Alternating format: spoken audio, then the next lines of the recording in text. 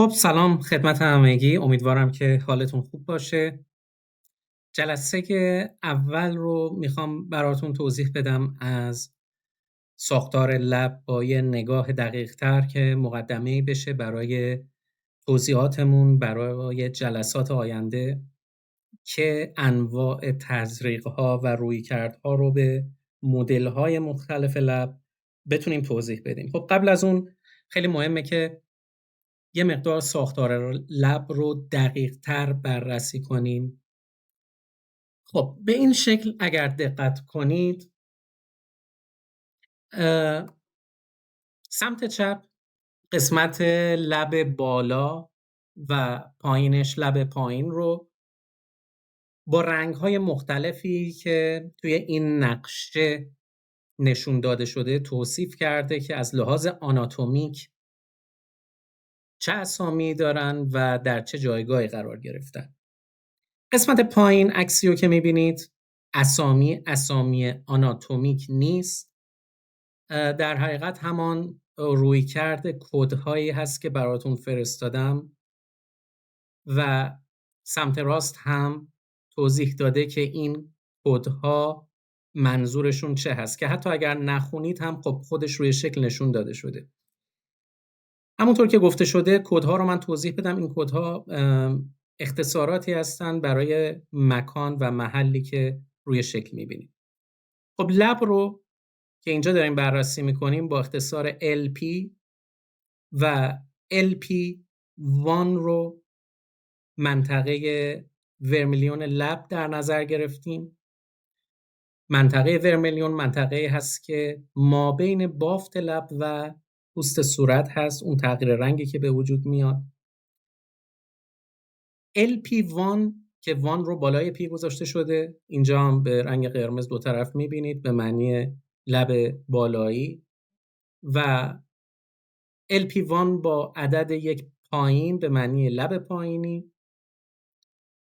LP4 که مدیال توبرکل رو نشون داده که اصلا روی شکل میگم حتی اگر جدول سمت راست رو هم نگاه نکنید اشکال خودش محل رو توصیف میکنه.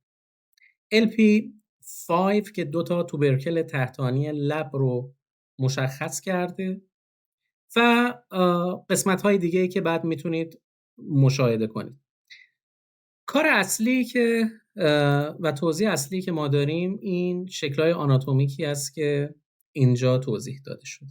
ببینید اول در مورد فیلتروم میخوام توضیح بدم که قسمت A هستش، فیلتروم یا فیلترال زون، که این فیلتروم از کلمه فیلترون از یونان گرفته شده که اون هم از ریشه فیلوس هستش به معنی دوست داشتن، خواهان، مثل زمانی که میگیم فیلسوفیا یا دوستدار فلسفه.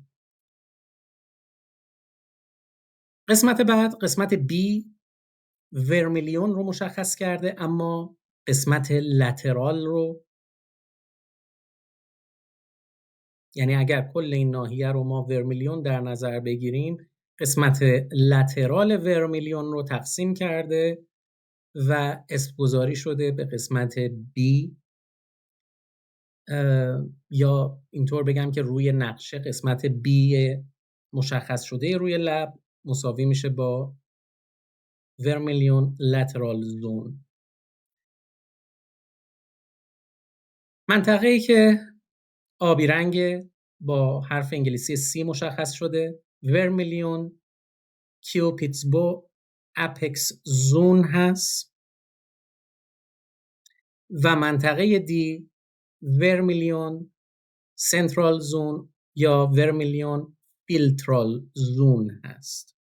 اگر خاطرتون باشه این منطقه C یا ورمیلیون کیوپیتسبو جای مهمی بود که من همیشه 2 نقطه میذاشتیم برای راشن لیپ و حتی زمانی که میخواستیم راشن لیپ رو هم استفاده نکنیم به عنوان یک لندمارک اینو مشخص میکردیم و خطوط عمودی رو رسم میکردیم علاوه بر خطوطی که از گوشه داخلی چشم یا کنار غضروف بینی میکشیدیم. اما این قسمت ام شیپ لب یا کیوپیدز بو از کجا آمده؟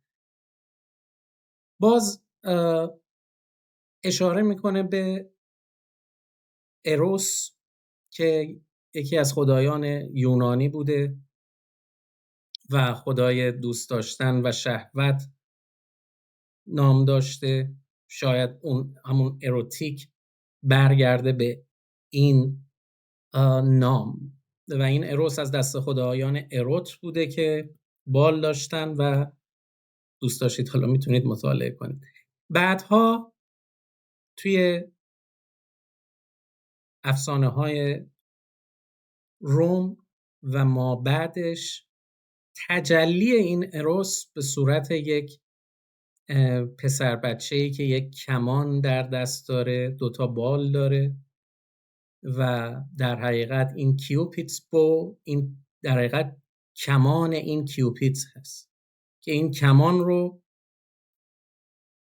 اگر دقت بکنید منظور همین کمانی است که یا این امی هست که در ناحیه لب دیده میشه.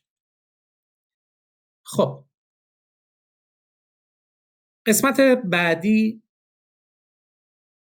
ساب ورمیلیون لترال زون هستش که با حرف ای نشون داده شده. قسمت F ساب ورمیلیون مدیال زون هست. خب مدیال که یعنی قسمت میانی یا داخلی و لترال به معنی خارجی هستش.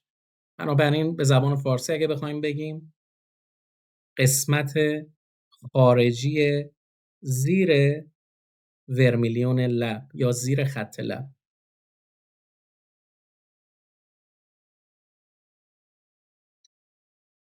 H یا پریوستومال مدیال زون و G پریوستومال لترال زون. این ناحیه پریوستومال در حقیقت قسمت نزدیکی است به منطقه‌ای که مخاط مرز بین مخاط خشک و مخاط تر لب هستش که ما هیچ وقت در قسمت تر گفتیم یا اون قسمت وتموکوس یا وتمیوکوس هیچ وقت ما اینو تزریق نمی کنیم.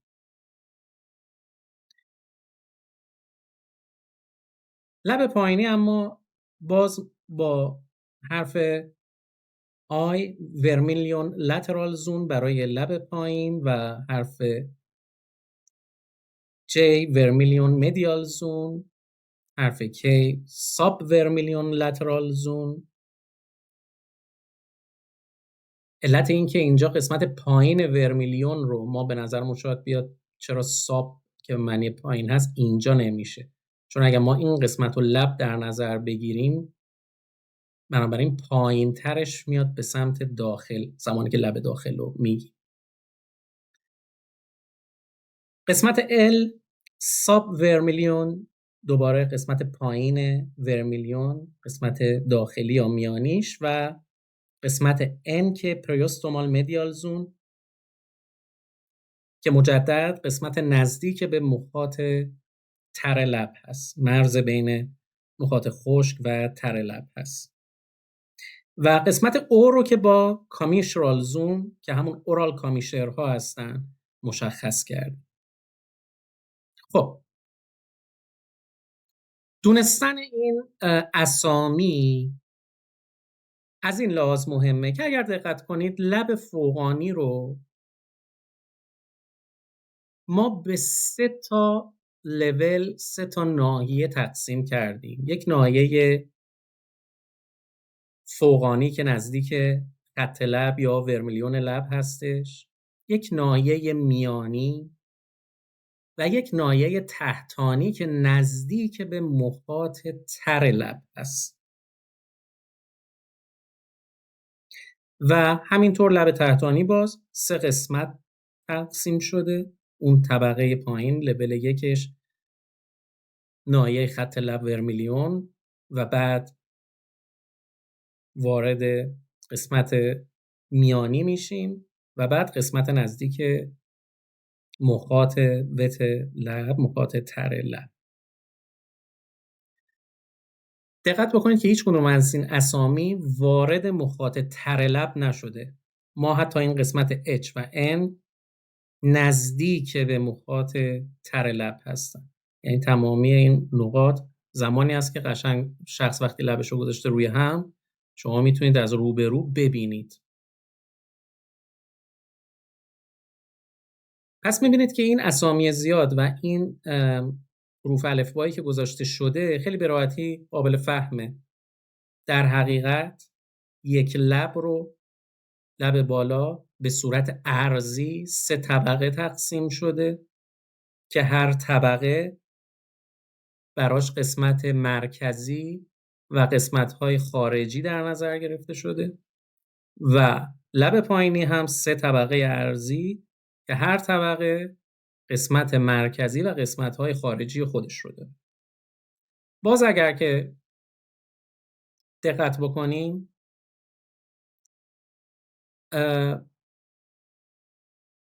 این قسمت مرکزی لب که هر 3 طبقه پایین 3 طبقه بالا داره، این قسمت مرکزی حدوداً توی این شکل، حالا به خاطر ساختار لبی که من اینجا اضاف کردم به شکل اصلی، یه مقدار این خطوط شاید به صورت هماهنگ دیده نشه. اما وقتی که در یک فرد طبیعی نرمال از کناره قضروف بینی یک خط رسم می‌کنیم به پایین، یا به عبارت دیگه از گوشه داخلی چشم خطی به موازات پایین رسم می‌کنیم، این فاصله بین این 2 تا خط میشه قسمت مرکزی لب و فاصله بین گوشه لب یا اورال کامیشرهای لب تا این خطی که ترسیم کردیم میشه قسمت‌های خارجی. یعنی همونیه که ما انجام میدادیم. و مجدد اگر دقت کنید، نقاطی که خطوطی که من از فیلتروم لب یا قسمت ام لب به پایین رسم می‌کردم رو میتونید ببینید که حد فاصلش باز میشه این قسمت C که در اینجا به عنوان ورمیلیون، کیوپیدز با اپکس زون، و قسمت دی هم که میشه فاصله این 2 تا خط. یعنی شما آلردی اینا رو در کلاس آموزش دیدید از لحاظ خطوط و خطهایی که کشیدیم، اما حالا اهمیتش شاید بیشتر براتون مشخص شه که بر چه اساس است و چرا این خطوط کشیده میشه. یعنی در حقیقت در یه فرد نرمال وقتی ما میکشیم از کناره قضروف لب، این خطها به یه همچین حالتی در میان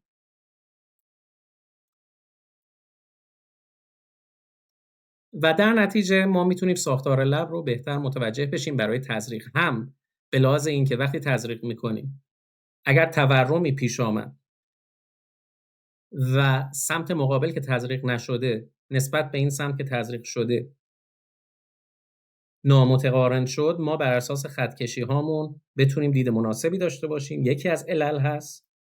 دوم این هست که زمان تزریق ما بدونیم از چه لایه‌هایی داریم عبور می‌کنیم، تا کجا باید تزریق کنیم تا یک فرم طبیعی و زیبا رو از لب داشته باشیم. توجه داشته باشید که ما هیچگاه در تزریق‌های چه ارضی، یعنی چه زمانی که ما اجازه بدید من اینجا بهتون نشون بدم.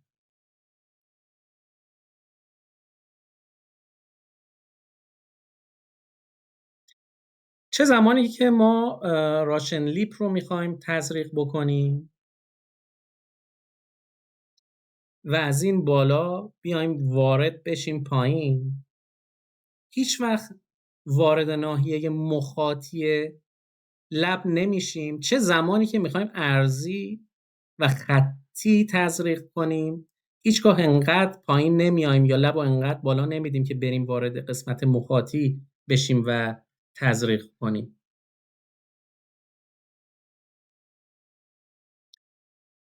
خب من یک شکل دیگر رو بهتون نشون میدم.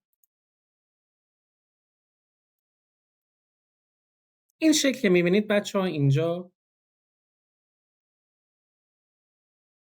این قسمت ها توبرکل های لب هستن که توی لب بالا 3 تا توبرکل ما داریم. این توبرکل ها همون برآمدگی هایی هستن که در ساختار لب وجود دارن و این برآمدگی ها محل مناسبی هستن برای تزریق به غیر از این توبرکل میانی لب بالایی که به هیچ عنوان گفتم تزریق نباید بشه مگر در یه موارد خاص که بعداً تو جلسات بعد بهتون میگم، چون فرم لب رو به هم میزنه. اما به غیر از این سایر توبرکل ها زمانی که ما تزریق داریم میکنیم، به خصوص تزریق های خطی و عرضی، به خصوص تزریق‌های خطی و عرضی که همونطور که توی کلاس گفتم هدفش حجم دادن به لب بود، بهتره که تمرکز در این توبرکل‌ها گذاشته بشه. اگه دقت کنید ما هم هیچ وقت نمی اومدیم از گوشه لب به سمت بالا تزریق کنیم، همیشه یک مقدار جلوتر می اومدیم و تزریق خطی اگر داشتیم انجام میدادیم. حالا بسته به فرم لب تزریق ما هم متفاوت بود و تعدادش فرق میکرد. گاهن حجم زیاد لازمه که به صورت فنینگ از بغل این انجام میشه و گاهن هم حجم کم که بسته به اون لب و شکلی که میخوایم ازش در بیاریم و در جلسات آینده میگم میتونیم تصمیم بگیریم. پس این نقش توبرکل هاست، به خصوص این توبرکل میانی لب بالا که به هیچ عنوان تزریق در این ناحیه نباید صورت بگیره. خب اما شکل بعدی که میخوام بهتون نشون بدم در ارتباط با لب ساختار عروقی لب هست که اگر خاطرتون باشه ما از این شریان فیشیالی که تقسیم میشد شریان حلقوی لب پایینی و حلقوی لب بالایی رو داشتیم. inferior orbicularis oris و superior orbicularis oris و بعد تقسیماتی که به سمت بینی و چشم میرفتش. خب چرا این مسئله مهمه؟ اینو حالا در جلسات آینده خیلی بیشتر بهش میخوام اشاره کنم. به خصوص برای زمانی که تزریق راشن لیپ رو ما انجام میدیم یا تزریقات عمودی بچه‌ها، خیلی خیلی مهم هست عمقی که داریم وارد میشیم، چون اگر عمیق وارد بشیم احتمال این که سر راه این شریان رو پاره بکنیم و موقع برگشت به عقب که تزریق داره انجام میشه بلاک در این ناحیه پیش بیاد و فیلر وارد این شریان بشه. هست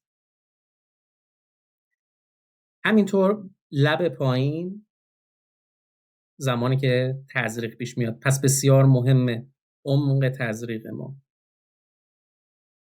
اما عمق تزریق چقدر هست؟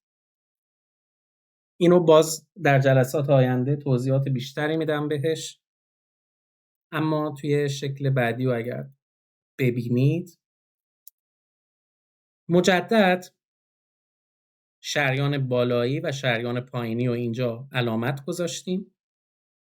حالا این ساختار لب و این شریانی که شما میبینید بچه‌ها، این شریان در حقیقت ما اینجا اومدیم کشیدیمش، اما فرض بر این گذاشتیم که یک عینکی روی چشممون هست که میتونه درون لب رو ببینه از نیمرخ و حالا تونستیم شریان رو ببینیمش، چون شریان که روی سطح حرکت نکرده در عمقه، اما مسیرش اینجاست. حالا فرض بفرمایید ما اومدیم از همین حالت نیمرخی که شخص هست یک صورت شخص اومدیم از این حالت نیمرخ نصف کردیم. یعنی فرض کنید یک از این پایین من خط میکشم، فرض کنید این خط یک لبه تیغی هست که ما شخص رو نیمرخ کردیم، اون جسدی که مثلا برای تشریح بوده صورتش رو نزدیک کردیم به سمت این تیغ در حال حرکت و سرش 2 نصف شده و حالا از نمای بغل که این سر نصف شده داریم نگاه میکنیم به قسمت فقط لب، ببینیم چه درش هست. وقتی نگاه میکنیم میبینیم که این شریان حالا که نصفش کردیم مسیر حرکتش رو داریم نگاه میکنیم به صورت یه نقطه خودش رو نشون داده. چرا به صورت یه نقطه؟ چون ما حالا از روبرو به شخص نگاه نمیکنیم، از حالت نیمرخه و سر شخص هم به این حالت که گفتیم از وسط 2 نصف شده، داریم به اون نصفه مقابلمون نگاه میکنیم. توی آناتومی اون نماهای کرونال و ساجیتال هست که حالا کار به اصطلاحاتش نداره. این superior labial artery که در اینجا وجود داره اگر دقت بکنید روی ماهیچه و نزدیک به این ماهیچه اوربیکولاریس اوریس هست. من تصحیح میکنم، توی اسلاید قبلی گفتم superior orbicularis oris artery، این orbicularis oris اسم ماهیچه است، superior labial artery یا سرخرگ لب بالایی و همینطور سرخرگ لب پایین. خب این لب بالا، اینم لب پایین. این قسمت که نوشته ورمیلیو کوتینوس بوردر قسمت سطحی لب هست که شما از روبرو وقتی به شخص نگاه میکنید میبینید. یه کوچولو که واردتر میشه به عمق ناحیه درم میرسیم و اینجا که قسمت هایپودرم هستش. اگر از این عمق ما بیشتر بخوایم وارد بشیم در راشن لیب، اتفاقی که میفته اول اینه که احتمال داره که وارد مسیرمون، یعنی وقتی از بالا میخوایم نیدل رو وارد بکنیم بیایم وارد این بشیم و بعد اصلا وارد ماهیچه بشیم که گفتم وارد ماهیچه شدن کبودی میاره و جذب میشه و مشکلات خودش به وجود میاد. دقت بفرمایید که این شکل ها هم چون به صورت شماتیک هستن یکم فواصل شاید به خوبی نشون داده نشده باشه، اما عمق ها برای تصور کردن مناسب. پس اینجا متوجه میشیم که زمانی که خدمتتون میگفتم هم برای اینکه فرم لب لیفت بشه به سمت بالا و هم برای سیف بودن کار باید حتما میگفتم یک دستمون رو بذاریم و لب رو به سمت بالا بکشیم که حالا بعضی‌ها قبل از تزریق با چسب این کار رو انجام میدن. این فرق میکنه با اون چسبایی که بعد از تزریق میزنن. پس این بالا کشیدن لب کمک میکنه که وقتی داریم راشن لیب تزریق میکنیم از این نقطه وقتی به صورت مستقیم میایم اینطور نباشه که وارد عضله بشیم، سطح لب صاف بشه و بعد ما تزریق رو در اون عمقی که میخوایم به صورت یک نواخت انجام بدیم. امیدوارم که کمک کرده باشه بهتون این توضیحات و در نظر بگیرید که این عروقی که مشخص کردیم همیشه به این صورت نیست. گاهن این عروق در سطح بالاتری حرکت میکنن و گاهن پایینتر.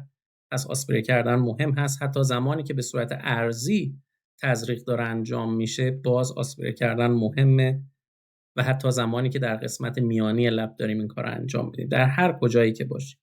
نکته بعدی برای تزریق اورال کامیشرها حتما توجه داشته باشید.